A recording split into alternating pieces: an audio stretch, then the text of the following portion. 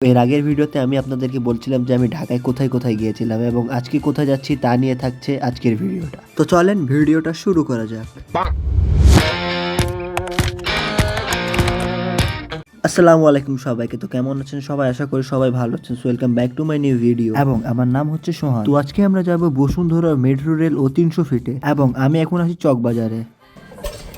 তো আমরা তিনজনে এখন যাচ্ছি বসুন্ধরা টিভি। তো এই যে এটা হচ্ছে 21 টেলিভিশনের নিউজ চ্যানেল এবং এর সামনেই আছি আমরা। এখন বর্তমানে আমরা আছি মেজ বাজারে। তো সামনেই হচ্ছে মেট্রো রেল স্টেশন। লাইফে ফার্স্ট টাইম মেট্রো রেলে আসছে। তো এর আগেও আমি ঢাকাতে আসছি, বাট মেট্রো রেলের কাজ তখনও সম্পূর্ণ হয় নাই, সেই জন্য আমি উঠতে পারি না, তাই আজকে চলে আসলাম মেট্রো রেল। তো আমরা মূলত যাবোগা হচ্ছে উত্তরে, সেজন্য আমাদের 3 জনের জন্য 3টা টিকিট নিয়ে নিলাম। তো ফাইনালি মেট্রোর ভিতরে আমরা চলে আসছি এবং মেট্রোর ভিতরে অনেক মানুষ আছে। মেট্রোতে সবসময় ভিড় থাকে এবং মেট্রোর ভিতর থেকে বাইরের দৃশ্যটা দেখতে খুবই সুন্দর ছিল। একটু দূরে যায় দেখতে পাই যে কিছু তো একটা বানানো আছে, বাট এটা কি আমি জানতে পারি নাই, বাট এটা দেখতে খুবই সুন্দর ছিল। তো ফাইনালি আমরা চলে আসছি উত্তর এবং আমার সামনেই হচ্ছে জমজম টাওয়ার। তো এখন বাজে দুপুর 2টা এবং আমরা যাবো এখন খাওয়ার জন্য। তো আমরা পাশের হোটেলে এসে দুপুরের খাওয়া দাওয়া করে এখান থেকে বের হয়ে গেলাম 300 ফিটের উদ্দেশ্যে। তো আমরা সবাই মিলে এখন যাচ্ছি 300 ফিটে। ও দেখা হবে 300 ফিটে যায়।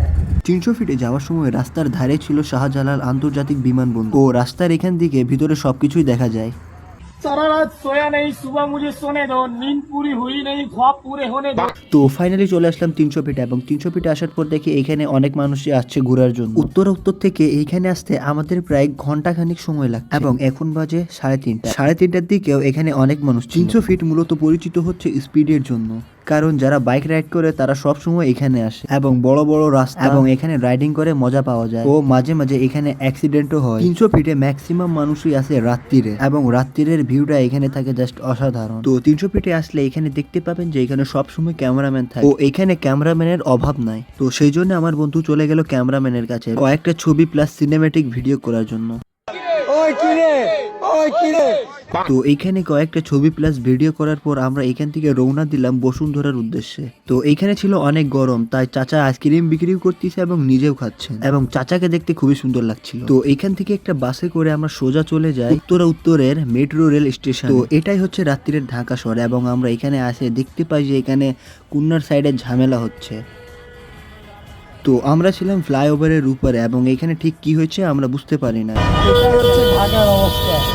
তো আবারও চলে আসলাম মেট্রোতে এবং আমরা এখন মেট্রোতে করে যাব হচ্ছে মেজ বাজারে। তো আমরা এখন চলে আসছি মেজ বাজার মেট্রো রেল স্টেশনে এবং এই যে এটা হচ্ছে মেট্রো রেল স্টেশনের ভিতরের অবস্থা এবং এইখানে সবসময় মানুষের আনাগোনা থাকেই। তো ওইখান থেকে বের হয়ে আমরা সোজা চলে আসি বসুন্ধরা সিটিতে ও এটা হচ্ছে বসুন্ধরা সিটির বাইরের অবস্থা। আমরা ভিতরে এসে দেখতে পাই যে এখানে প্রচুর মানুষ আসছে ঘোরার জন্য প্লাস মার্কেট করার জন্য ও ভেতর থেকে বসুন্ধরা সিটিটা দেখতে অনেক সুন্দর লাগছিল।